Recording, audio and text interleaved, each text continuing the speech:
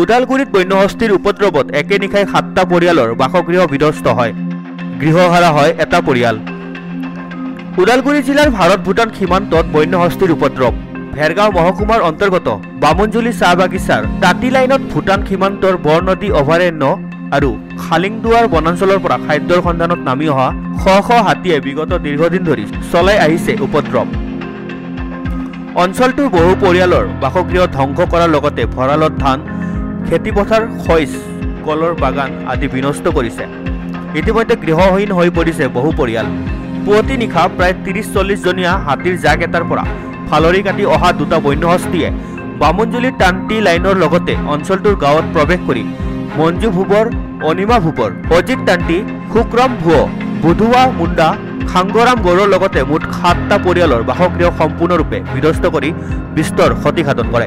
খবৰটো পোৱাৰ পিছত মংগলদৈ শাখা ACCMSৰ সভাপতি পৱন নায়ক, বিশিষ্ট সমাজসেৱক ৰবীন গোৱালা, UPPLৰ ওমেন চেলৰ উপসভাপতি মাৰিয়াম তাঁতী লগতে আছাৰ সভাপতি শিৱাদেৱ তাঁতী উপস্থিত হৈ ক্ষতিগ্ৰস্ত পৰিয়ালসকলৰ বিষয়ে পৰ্যালোচনা কৰি ৰবীন গোৱালাই চৰকাৰক আহ্বান জনায় যে হাতী মানুহৰ সংঘাত কেনেদৰে পৰিত্ৰাণ পাব বা ৰোধ কৰিব পাৰি।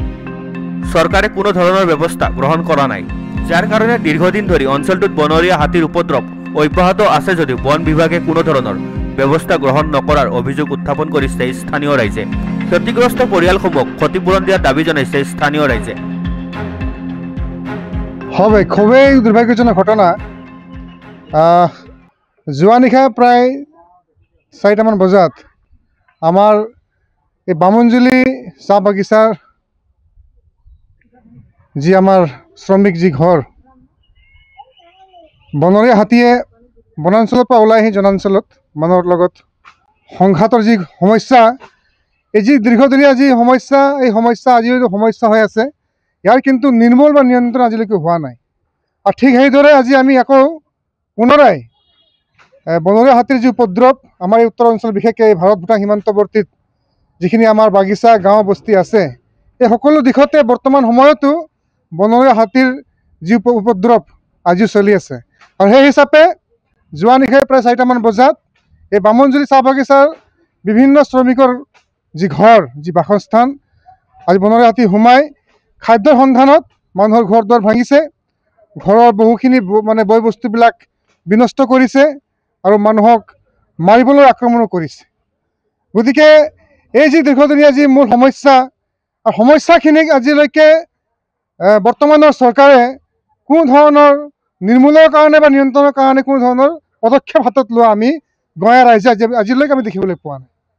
আৰু তাৰ কাৰণে আমি সকলো ৰাইজে আজি চিন্তিত হৈ পৰিছোঁ যে আমাৰ এই মানুহসকলক, এই ৰাজ্যক হাতীৰ উপদ্ৰৱৰ পৰা পৰিত্ৰাণ কোনে দিব, কোনে আমাক সুৰক্ষা প্ৰদান কৰিব, তাক লৈ কিনে আজি গঞা ৰাইজে কিন্তু শংকিত হৈ উঠিছে।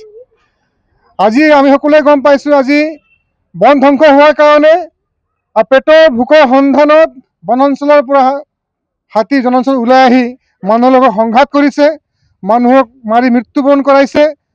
তাৰ বাবদ হাতীৰ মৃত্যু হৈছে আৰু বহু মানুহৰ খেতি বাতিৰ পৰা আদি কৰি বহু মানুহৰ ঘৰ দুৱাৰ ভাঙিছে, বহু বস্তুবিলাক বিনষ্ট বা নষ্ট হোৱা আমি দেখিবলৈ পাইছোঁ।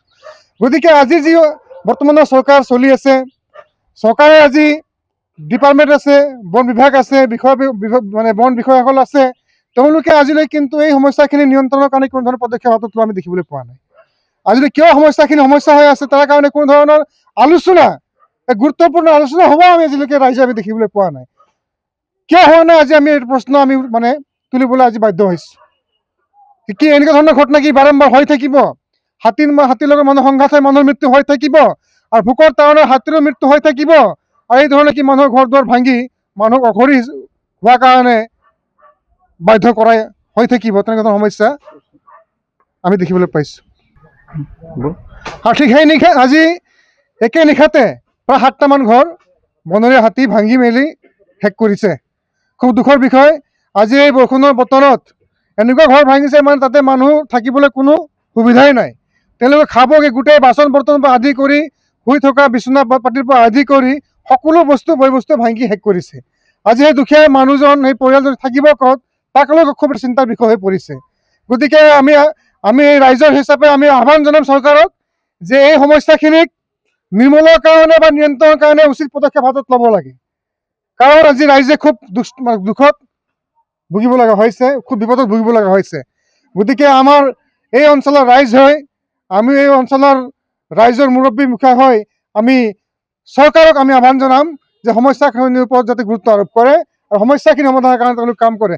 আৰু যিখিনি বয় বস্তু আজি নষ্ট হৈছে নষ্ট হৈছে, তেওঁলোকৰ বাচন বৰ্তনৰ পৰা আদি কৰি বিচনা পাতিৰ পৰা আদি কৰি যিখিনি নষ্ট হৈছে, সেই নষ্ট হোৱা যিখিনি সা সামগ্ৰীৰ যি মূল্য।